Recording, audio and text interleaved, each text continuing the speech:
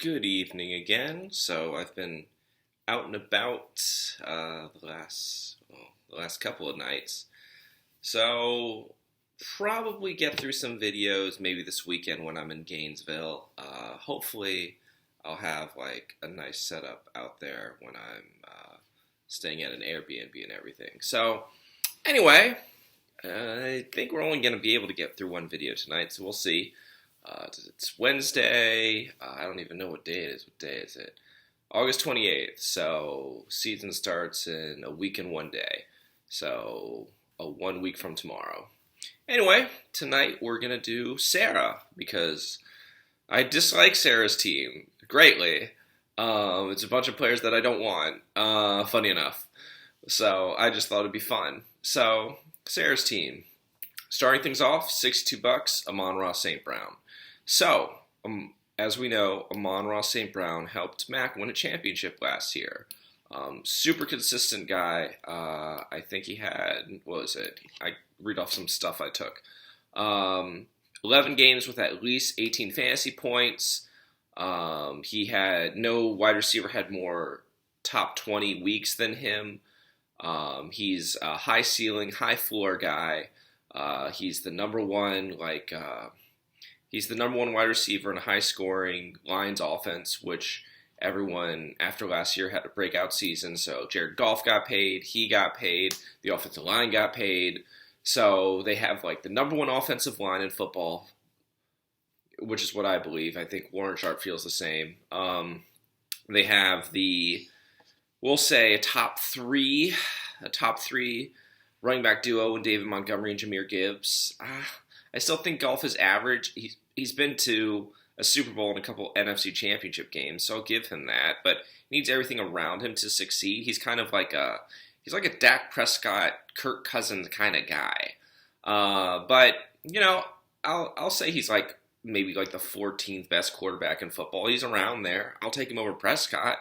So he's around somewhere between 10 and 16, somewhere in that above average range. But all that's to say, Amon-Ra St. Brown, love the name, love the player, super cool guy, great podcast with his brother. I've been wanting him on my team for a while, haven't been able to get him. I remember when he was a fourth round pick and broke out, but we paid $62 for him, so we're paying every penny of what he's worth, man. So you're not getting him at a discount like Matt got him for $35 last year. You're paying exactly for what he is. I mean, he was super consistent, so I'll give you that. But you're basically paying him like a number one running back, and he's a top 5 receiver. Ugh.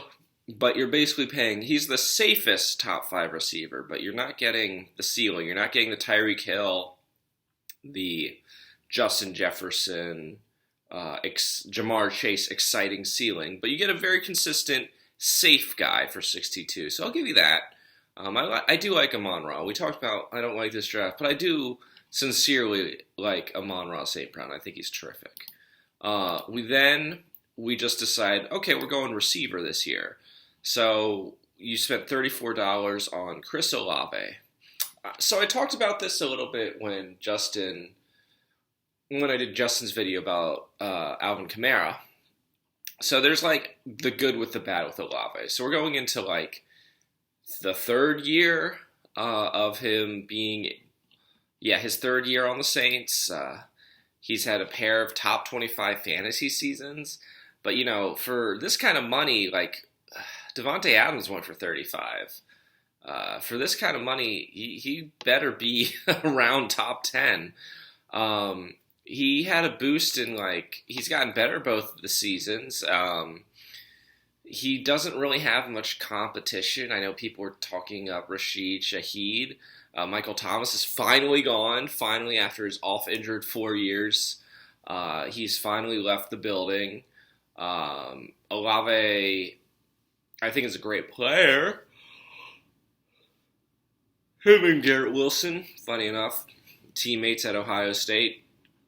Basically have same kind of trajectory. I think Garrett Wilson might have a breakout year because he has Aaron Rodgers this year. That's why he went for 51. Whereas Olave is stuck with Derek Carr. He's going for 34. And I don't even think Derek Carr is that bad. I think their coach Dennis Allen is terrible. I think they don't know how to use them. I think they have no offensive line. Derek Carr is also in that Jared Goff, Dak Prescott, Kirk Cousins type of territory. I think Olave is probably in for another 80 catches, 1,000-yard season. But, man, I want, like, some upside here. Olave's the number one option, but is he really all that different? Like, I spent, like, $3 on Joshua Palmer, and I feel like Joshua Palmer's upside is basically, like, the same as Olave's. That's really sad to say, but that is incredibly true.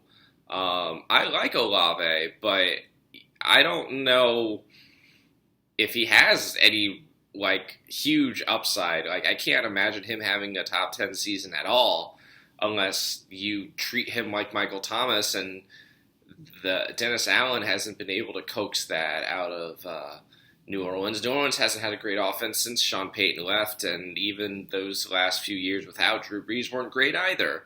So, yeah, not really a fan of this pick, and not really a fan of a lot of these picks. So, next pick, $31.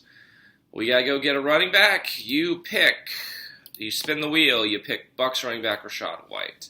So I guess we can talk about, like, the things that were good, and then we'll talk about the things that were bad. So the good, he was the number 4 running back in fantasy last year. He was very solid rushing the ball. He was a terrific receiver, sneaky good receiver, and he scored 9 touchdowns. The offensive line has gotten better. I imagine Baker Mayfield feels more comfortable. And you're kind of hoping that with the new offensive coordinator, Liam Cohen, who learned under another Sean McVay disciple. He spent a couple years at Kentucky, but he's a Sean McVay disciple through and through. He's former Sean McVay offensive coordinator on the Rams. You're hoping that he kind of treats him like McVay likes to treat Todd Gurley, like he treated Kyron Williams, kind of like that. So that's like the good, I mean, last year. But I guess then we'll go to, like, the bad. So I've said before, I've heard it from Matthew Berry before, so I'll repeat basically his words. If volume is king at running back, then efficiency is prince. Rachaad White isn't efficient. I think he had yards per carry of 3.6. He touched the ball the second most in the NFL, right behind Christian McCaffrey. I mean, yeah, he did have a top 5 fantasy running back season. But, you know, if you touch the ball that much, you better have a top 5 fantasy running back season. So I think, what is it? I don't even know how many catches this guy had. So I'm going to look that up. How many catches did this guy have in his entire season? Like, he was averaging almost like 5 catches a game. Jesus Lord.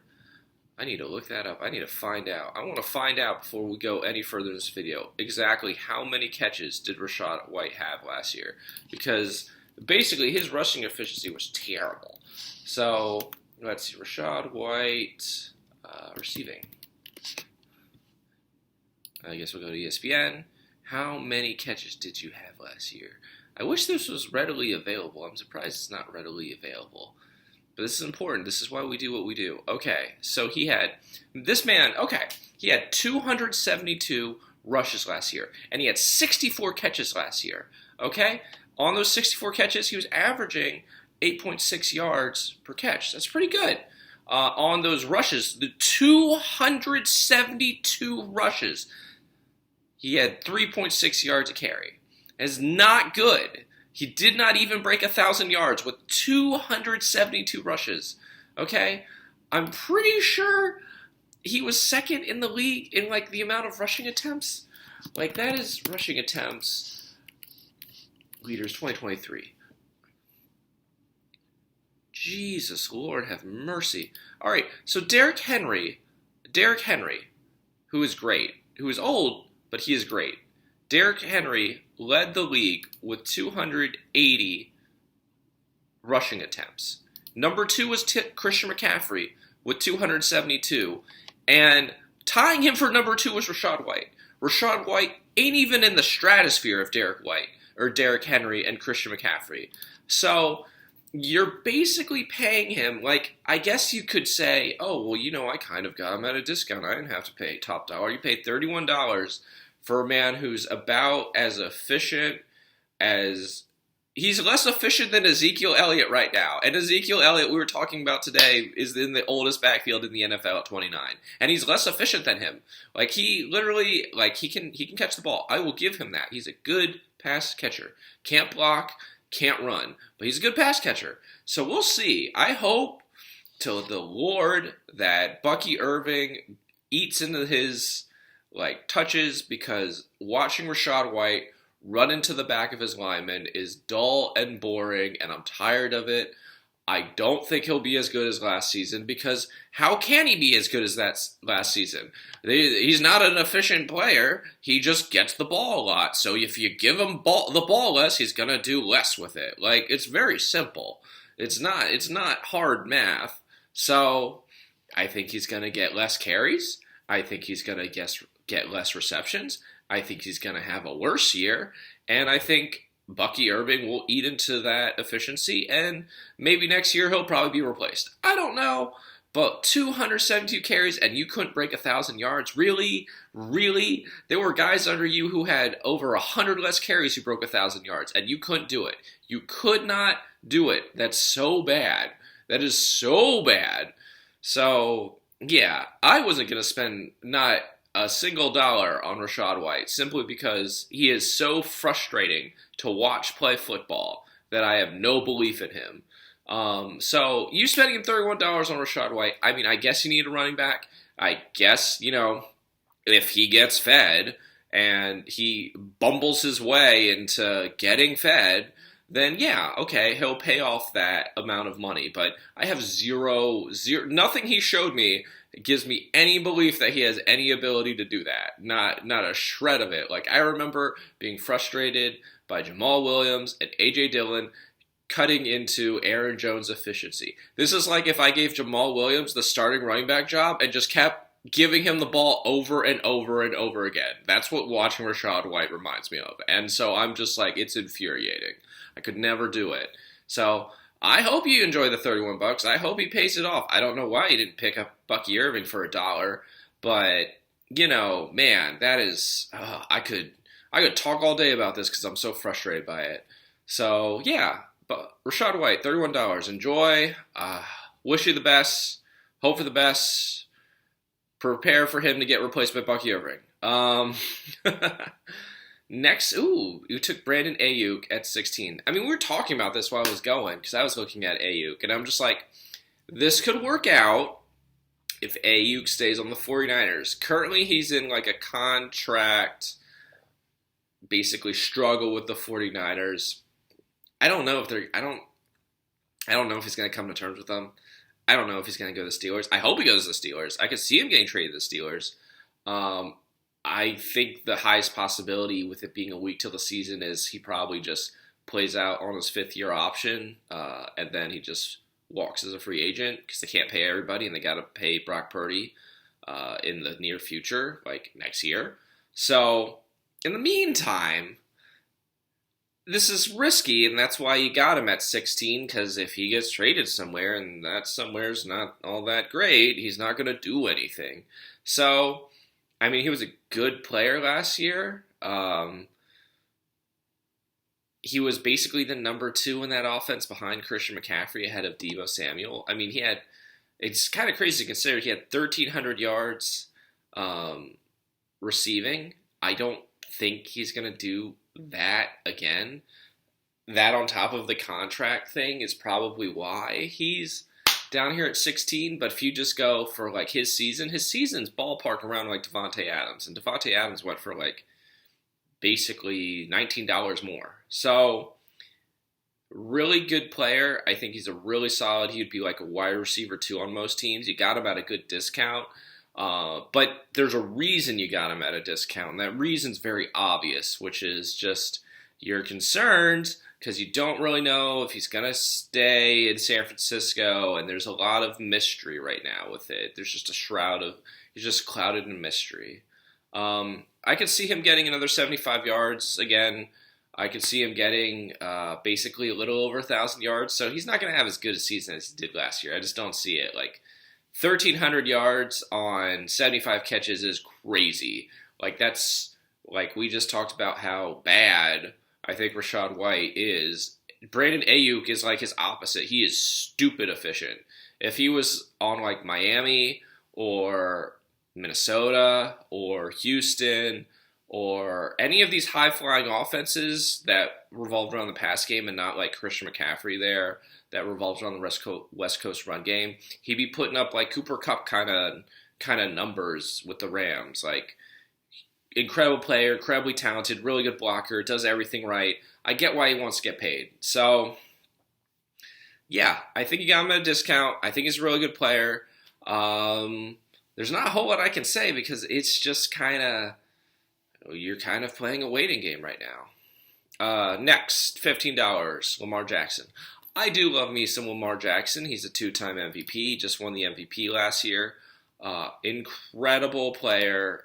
Best, I still think, like people talk about Josh Allen now, and they talk about, obviously, Patrick Mahomes. I still think Lamar Jackson's my favorite player in the NFL. Last year was his first year under Todd Monken, and despite losing in the AFC Championship game, in a very close game, I still think he's right there with, at some point, he'll pass Mahomes again to a Super Bowl and win it. But he's a top 5 fantasy quarterback all day. I think he averaged like 20.5 fantasy points last year. I mean, I'm banking on the Ravens myself. I have both Derrick Henry and Mark Andrews. I violated my own rule of getting a pass catcher and a runner on the same team, but the Ravens are super elite, and if they're cheap, I'm going to do it. So Andrews was cheap. But I digress. I mean, we're thinking another 3,500 yards passing, another 800 yards rushing, probably another 30 touchdowns, 35 touchdowns-esque season from Lamar Jackson. I mean, he's just an incredible talent. He's the best. I still think he's the most elusive runner in football. He is the closest thing to Michael Vick since Michael Vick. I mean, we talk about other running quarterbacks now. They're starting to pop up a little more. Kyler Murray, Jalen Hurts, Josh Allen. But Lamar Jackson's the man. He is Superman.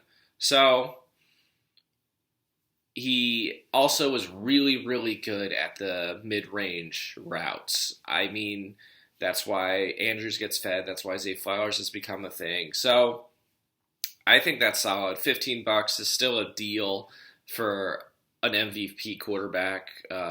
So I respect that. $14, DJ Moore. Oh, DJ Moore, how you have burned me in the past and made me very unhappy.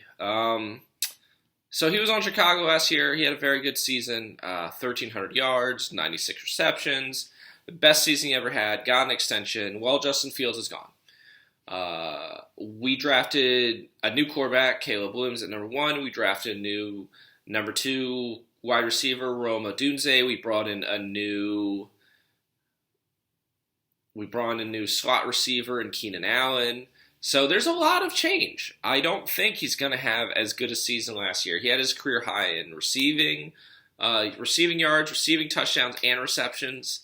They got to spread the ball out more. I think they'll throw the ball more with Caleb Williams than Justin Fields, but I mean, he's another guy who had 1,300 yards last year, and I feel like we're paying. Like, part of the reason why I don't like this team is because we're paying players for what they did, not what we think they could be. So you're paying guys coming off like career years. Rachaad White coming off a career year. Brandon Ayuk coming off a career year. DJ Moore coming off a career year. I don't want guys coming off career years. I want them to have career years. So $14 is pretty good. I mean, we spent 30 combined on Ayuk and Moore. They're good players, but I think we're talking another maybe 75 receptions, maybe 1,000 yards, maybe 6 touchdowns. Same thing as Brandon Ayuk, same top 20, top 25, top 30-ish receiver, a good wide receiver 3, wide receiver 4. He's a good player, but he's just got a lot of competition. And I mean, what? He was the he was like a top 7 wide receiver last year. It's just not gonna happen, man. It's just not gonna happen. Then continuing our jaunt around receivers, we continued to take them, even though we already had 4. We're going for bench now, apparently. So fun times. You took Zay Flowers. I personally like Zay Flowers. I remember watching him at Boston College. Incredibly shifty, great at going after the ball, if that makes sense. He was the first wide receiver that I've seen with Lamar Jackson who really knew how to play off of him, if that makes sense. Like, Hollywood Brown would just run deep. Rashad Bateman would just kind of like run outs. Like, Zay Flowers would run curls with him and just like be able to understand where Lamar's trying to get him and sit on routes and go get it. So he had that devastating fumble in the AFC Championship game. I know, he was a rookie. It cost them the game. I get it. But he was electric last year. He was pound for pound like the best receiver on the Ravens. It wasn't close. 45% of his yards were after the catch. He's just elusive, man. He's what I thought Kadarius Toney would be. So I thought Flowers was great at Boston College, and he kind of paid that off with Baltimore. So I really like him. I think I got him. Also, again, we're talking like 1,000 yards, 5 or 6 touchdowns, wide receiver 3, wide receiver 4 range. I mean, Flowers is good enough to start for you. Flowers at $9 is a great deal. I would have paid $20 for him. We got a lot of guys, though. We got a lot of receivers. That's 5 receivers now we've blown our budget on, and Rachaad White. So, I mean, this is the problem I have with so much receiver depth. People are just like, oh, I can build this great receiver room. Cool. Awesome. Great. What happens if you have an injury at running back? You have no plan? Oh, well, then you're screwed. So, especially because good luck trading for a running back. Why would I trade you a very good running back for a very good receiver? Getting a very good running back is very hard. Getting a very good receiver is not all that hard. You can do it in the draft. I found Puka Nacua for free. It's not that difficult. But people keep paying money for them. And because they don't like the running backs on the board, so they just wait and wait and wait and wait. And then they get trash. So, I mean, we kept spending money at receiver. So, Khalil Shakir, I like him as a player. I think he'll have a quote-unquote breakout season because he's in Buffalo. Gabe Davis is gone. Stephon Diggs is gone. Someone has to catch the ball. So, he's like their slot receiver. He's got a clear path to targets. I don't really, if I'm being honest, know what we're doing in Buffalo. I think we're running the ball more with James Cook. But he's behind, for me, Dalton Kincaid, James Cook, Keon Coleman, and Curtis Samuel. I don't really know how much viability he has if we're talking like 4 guys ahead of him on like the depth chart, essentially, of getting touches. So maybe he gets like 60 receptions, like 750 yards, 4 touchdowns. He might be an occasional flex play. But like at a certain point, we're just spending money to spend money, and I don't really know why. Like, Shakir's a nice player. If I needed a receiver and I was looking to get one, I'd spend money on him. I don't know why you spent money on him. You already have 5 excellent receivers. At a certain point, it's kind of like, why do you need more receivers? Like, he's no different from Michael Wilson, and Ryan just picked him up for free. So I don't know. We're just like not even quadrupling down at this point. We're just keep going for receivers. I think you actually overpaid for Shakir, and you only paid $6 for him. I would have paid $1. So yeah. After that, we finally get to our RB2. Oh, a starting running back. Probably the best deal for a starting running back. I mean, J.K. Dobbins went for $1, but I'm not going to give him that because Dobbins is always hurt. Like, always hurt. So, at least Elliott is there, even if he's not great. You got Elliott and Rico Dowdle for $5 total, so you spent $3 on Ezekiel Elliott to get your number 2. I mean, he was super underwhelming last year in his first year away from Dallas. He was the number three in like New England and worked his way up to be the number one because Ramondre Stevenson and Damian Harris both got hurt. It wasn't great. He only had like 642 yards receiving or rushing, and he almost got 200 touches. I mean, he ended the season pretty well. He was a top 10 back the last like 5 weeks of the season. He doesn't have any real competition. Like Rico Dowdle's there. Juice Vaughn's there. I picked up Dalvin Cook today because they signed him to the practice squad and they'll elevate him onto the teams or onto the team. They're only paying him $3 million. So as a starting running back, I mean, he's a starting running back, I guess you could say. But if we had to rank all 32 starting running backs in the NFL, he might be number 32. He's literally last. Yeah, I don't even like Rachaad White, but at least he can pass catch. Zeke's only good feature right now is his ability to block. He can't catch. He can't run. He has no burst. The acceleration's gone. He didn't have the vision to be able to make up for it. He's just old. He's gotten old.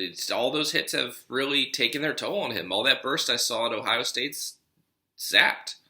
So, I mean, you're probably going to be starting him as your starter for the whole season unless you trade him for something. But, I mean, I guess he'll get more touches than last year. He has behind a good offensive line, so I could see like 750 yards rushing and maybe, if you're lucky, 150 yards receiving. I mean, that's a starting running back, I suppose. Maybe like 7 touchdowns. So for $3, I mean, again, I've said before, any running back under $10 with a pulse is worth it. He's a starting running back. It's a great deal. I just don't. It's not sexy. It's not exciting. You're plugging the hole in your lineup, but it's really just kind of like it's not great. It's definitely your weakest link, and you're hoping he just kind of falls into the end zone. And I don't love that. I want more upside than that. We took Kamani Vidal, who I just mentioned, J.K. Dobbins. There's also Gus Edwards, who Justin spent $15 on. Brian spent $1 on J.K. Dobbins. Vidal's the number 3 behind him, or behind both of them. So we're hoping Jim Harbaugh runs the ball a ton in Los Angeles with the Chargers, and I think he will run the ball a lot. And I like Vidal as a player, and it's true J.K. Dobbins and Gus Edwards have huge, long injury histories. So I don't mind the dark throw. He's a good rookie. It's unusual to take an RB3, but in this case it actually makes sense because the other 2 guys are always injured. So always freaking injured. Again, I mentioned it before, but you got your handcuff to Zeke. You got Rico Dowdle for $2. I actually like him. I thought he had a good season. Good college career at South Carolina. I was surprised he went undrafted. I thought he was at least a 6th round pick. But he's just been chilling for like 4 years in Dallas. And, he was behind Ezekiel Elliott, then behind Tony Pollard, and he's still here. So I think this is his chance. I think, unfortunately for you, Sarah, he's probably going to be cutting into Zeke Elliott's workload because, frankly, I think he's got more juice than Zeke or Dalvin Cook. I could see him getting 500 yards rushing. I could see him getting like 4 touchdowns. Unfortunately, again, it's going to become like a committee timeshare, and that sucks. I don't like it. I'm not a fan of it. It's not usually what Dallas does, but Zeke just looks beat up, and Dowdle's got the juice, and frankly, I would prefer to give him the job, but they don't seem to want to do that, so we're just going to put out... If this is NASCAR, Zeke's like a tractor. We're just going to throw that tractor, put a supercharger on it, and hope for the best. Whereas Rico Dowdle maybe is like it's like a stock car from like a lower division, so like the Xfinity series, and we kind of just put it out there, and we don't trust him enough to get on the track and compete with the NASCAR guys, but I'm kind of just like, I think he's fast enough. I think he's fast enough. I don't know why we're putting the tractor with the supercharger out there. That seems kind of dangerous, but okay. So, like Rico Dowdle, like the $2. Hope he gets the job. We'll see. We took Jaleel McLaughlin for $1. So, funny thing about McLaughlin, he is the NCAA's all-time rushing leader. I did not know that until this year, and I'm still genuinely surprised he went undrafted despite that. So, Samaje Perine is gone. He is now on the Chiefs. I think he's probably going to eat into... he's probably going to eat into some of those touches. But we shall see. I digress. McLaughlin's probably the number 2 behind Javonte Williams. But frankly, when I watched the games last year with Denver, it was hard because Russell Wilson's bad and the offensive line's not great, and Sean Payton was really frustrated. But when you watch them run the ball, Javonte Williams does not look like Javonte Williams before the injury. And I know it's a year back, so I'll give him some grace for that. But McLaughlin looked good. Well, McLaughlin looked real good. He reminded me, funny enough, of watching Javonte Williams be Mark Ingram, and McLaughlin was Alvin Kamara, a young Alvin Kamara. Just the acceleration through the hole. I miss that. I miss that version of Alvin Kamara. But he just would be able to break out like long runs very often, a lot more often than I thought he would. So I don't know if Javonte Williams is ever going to be Javonte Williams before the injury. I don't know how healthy he is. I don't even know if he's the starter, if I'm being honest. So I like McLaughlin as basically like taking a shot at a high upside handcuff. For now, I'll probably put the same thing as like Dowdle, maybe 450 yards. But unlike Dowdle, who it seems like the Cowboys don't really trust like at all. I don't know why, but they don't. I think Peyton does trust McLaughlin, and Peyton's not stupid. My eyes tell me, well, McLaughlin's got juice. If my eyes tell me that, I imagine his eyes tell him that.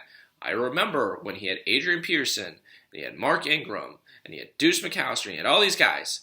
And then he's watching Alvin Kamara, and it's game 4, and he's just like, the kid who's receiving my punts seems to be better than all of my other starting running backs. And then game 5, it was the Alvin Kamara show. So I could see McLaughlin stealing that job not too far into the season. I'm genuinely surprised that Brian took Javonte Williams, let you get McLaughlin, and took J.K. Dobbins. Like, I guess Dobbins is technically a starter right now, but dude's made of glass. I'd much rather have McLaughlin, who not only looks like a better runner than Javonte Williams and J.K. Dobbins and Gus Edwards, but has a very creative offensive coach who'd be able to maximize what he does best, which is play in space. So dudes like this are super rare. I really like McLaughlin a lot, and he's in a good situation with a good head coach. So, yeah, not a bad dart throw at all. I don't mind that. We took another dart throw. We took Jalen Wright. I won't talk too much about it. I like Jalen Wright. He's very efficient. He's like a lesser version of Devon Achane. So we're going to see if Achane takes that job in Miami. We're going to see if he splits that job with Mostert. If one of them gets hurt, Mostert has a very extensive injury history. Achane has a very extensive injury history. So kind of like Viddle, if either of them, something happens to them, Wright has speed. His ability to hit the hole is kind of like Matt Breida. Or if you want, you can go Elijah Mitchell. It's kind of like that. So he could be, if something happened to Mostert and Achane, and he was the guy, he could be incredible. Because the same way we talk about Sean McVay with Todd Gurley, the same way I talk about Kyle Shanahan with Christian McCaffrey, those guys are from the same tree. And Mike McDaniel learned under Kyle Shanahan and his ability to get speed out in space. Jalen Waddle, Tyreek Hill, Raheem Mostert, Devon Achane. If Wright was the guy, he could be a league winner. He has more upside than. I mean, I like McLaughlin as a player more, but Wright is in the better situation than any of these guys. And he could win you like the same way Puka Nacua got me to the finals last year. Wright has that kind of upside. Like, it's crazy. He's in the perfect situation, the perfect offense for him, and he's got all the skills to benefit from him. He just so happens to have two guys who I think are better than him ahead of him. But again, it's not bad for a buck. Because something happens, he's gonna be the guy. So all of that's to say, I talked a lot about like guys I liked. I think he did a good job with the bench. I mean, I talked a lot about that. I like Vidal, I like Wright, I like McLaughlin, I like Dowdle. I think you overpaid for Shakir, but whatever. You took another receiver. You have right now. It looks like you're starting Zay Flowers over DJ Moore. I guess they could be interchangeable. Like, the team is good. I'll grant you that the team is good, but again, I mentioned it before with Justin's series, or Justin's video. There was a lot of groupthink this year in the draft. And I think you kind of were one of those teams that fell into that kind of lull. Like, we're taking receivers to take receivers. Oh, the deals are so good. I need to go do it. And so, like, Justin's kind of like, oh, the deals are so good. I'm now short at running back. Or, like, Stefan, I really like Stefan's draft because he has high upside players, especially his starters.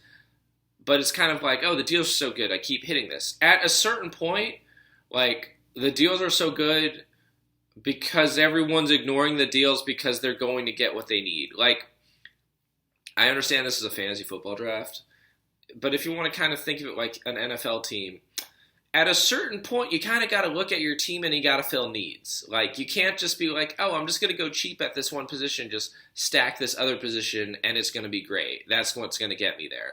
All right? No team in our history, well, okay, not no team. In our 11-year fantasy football history, one team has won a title without a top 5 running back. One. That was Holly. Holly won it with the number 1 quarterback, the number 1 receiver, the number 2 receiver, the number 1 tight end, the number 1 defense, the number 1 kicker, and she had Odell Beckham, who was the number 3 wide receiver, who had the most incredible rookie season of receiver outside of Justin Jefferson. So, I mean, if you get all of that, yeah, okay, I guess you can do it, but betting on an outlier is bad. So, I mean, I like Amon-Ra St. Brown. I like Zay Flowers. I think if Ayuk stays in San Francisco, he'll have a good season. I think Chris Olave will have a good season. I like Lamar Jackson. I think TJ Moore will have a good season. But I think I'll give you this. I think your team is good. I think you're good enough to make the playoffs. I don't know if I'd put you in the top 5. If Stefan's top 3 and Justin's top 5, you're probably a little bit like you're in the playoffs, but I'd probably put you like 6 or 7. But unless Lamar Jackson like carries you there, I have a really difficult time seeing how you're going to win a title. Like, the upside for someone to get like, this was my problem with Justin's team last year. So you can have all the depth in the world. You need the star power to get you there. Typically, you need 2 stars, at least 2 stars. I'll give you Amon-Ra, but that's it. And the other issue is, like, if you want to go cheap, like last year, Mac had Christian McCaffrey. He traded for A.J. Brown. But in that draft, he also drafted Amon-Ra St. Brown for the cheap, right? And so Amon-Ra became a second star. For me, I had Jonathan Taylor. I had Alvin Kamara. I had Aaron Jones. Aaron Jones was hurt most of the year. Taylor was out for quite a few games. Kamara was suspended. Like, it was just like thing after thing after thing for me. And my star happened to get me through there was Puka Nacua, and then whatever running back was healthy, and then lo and behold, by the playoffs, they're all healthy, and I get into the finals. Like, you need that kind of, like, upside to get you there. I don't know if you'll get there. I guess after 2 years of missing the playoffs, we're lowering our expectations and hoping just to get into the playoffs. So I somewhat respect that, just kind of being the wherewithal to do that. But yeah, I don't like you said at the draft, there's a bunch of players I don't like on my team, but that's where the money led me. I feel that in a way, but it's also hard for me because I'm just like, man, I really would like. We talked about it this year, everybody doing hero RB. You take 1-star RB and then you kind of build around him with like get the receiver room and then you just kind of fill whoever at running back too. You did not go, hero RB. You kind of did, I mean, you did the classic 0 RB build. I mean, it's not totally 0 RB because Lauren is truly 0 RB. But this is a classic 0 RB build where you build out the wide receiver room and you just kind of smash it, and then you try and get an upside quarterback, and then you just kind of fill whoever at like running back. And I do not like that strategy because that strategy only works typically if it's an outlier. And what I felt like this year is because everybody else kind of went hero RB, which is right next to 0 RB. It wasn't really an outlier. It was more along the lines of what everybody else is doing. So it's definitely difficult for me to imagine a scenario where you get into the semifinals. Definitely, I don't see you getting to the finals. I guess if things break right, you can get to the semis. I got chances of playoff teams, so that's good. Where you go from there, I mean, we shall see, but I guess, am I going to say it? I guess we'll say it. Like Lauren's team is broken right now because she has no running backs, right? And she's got like 4-star players, right? She's got like Garrett Wilson and Puka Nacua and CeeDee Lamb and Josh Allen, and she has 0 depth. Like somebody gets hurt, she's screwed. But I almost like the blank canvas of that team with stars at the top than I like this. Because at least with that, I can get creative, or if I need to trade for depth, or I need to consolidate something or whatever, I can do that. I have the star players to be able to do that. You don't really have the star players to be able to do that. You're just going to cut into your depth in hopes of getting a star player, and that's super difficult to do. It is very hard to get star players in a trade, and so you're kind of hoping you like hit on somebody, or draft somebody, or figure something out, and I don't see it. Ezekiel Elliott's not going to be a star player. Rashad White's not going to be a star player. Zay Flowers isn't going to be a star player. Brandon Ayuk's not going to be a star player. DJ Moore's not going to be a star player. You're basically, like, I guess, you're hoping for another MVP season from Lamar, which is asking a lot. You're hoping Amon-Ra St. Brown is the same. That's not bad. I'll give you that. And maybe Olave takes the next step. I have a hard time seeing that. So it's basically Lamar Jackson and Amon-Ra, which isn't bad, but I really would prefer more upside than just my bench upside. So, yeah, I don't know if that really makes sense. I feel like I wish Leyland had come and drafted with us in person because she maybe could have like guided you a little better. I like Leyland's build a lot, way more than this. So Leyland has learned a lot in like a year, and I feel like you're just kind of like scratching and clawing trying to get back to the playoffs, and I don't know, it's kind of sad to see. It makes me kind of sad. So I don't know if any of that makes sense, but I think you're maybe like the 6th best team, well maybe 6 or 7. I don't think my team's very good, so I'll put it on the bottom end so you can take that. Your team's better than mine. But yeah, this is tough. You're kind of stuck. I don't really know what you're going to do with all these receivers. Like, it's not like anyone really has any RB depth, and someone can always outgun you for a trade anyway. So, yeah, I don't know. The team's okay. It's not exciting. It's middle of the pack. There's no real upside to get to where you want to go.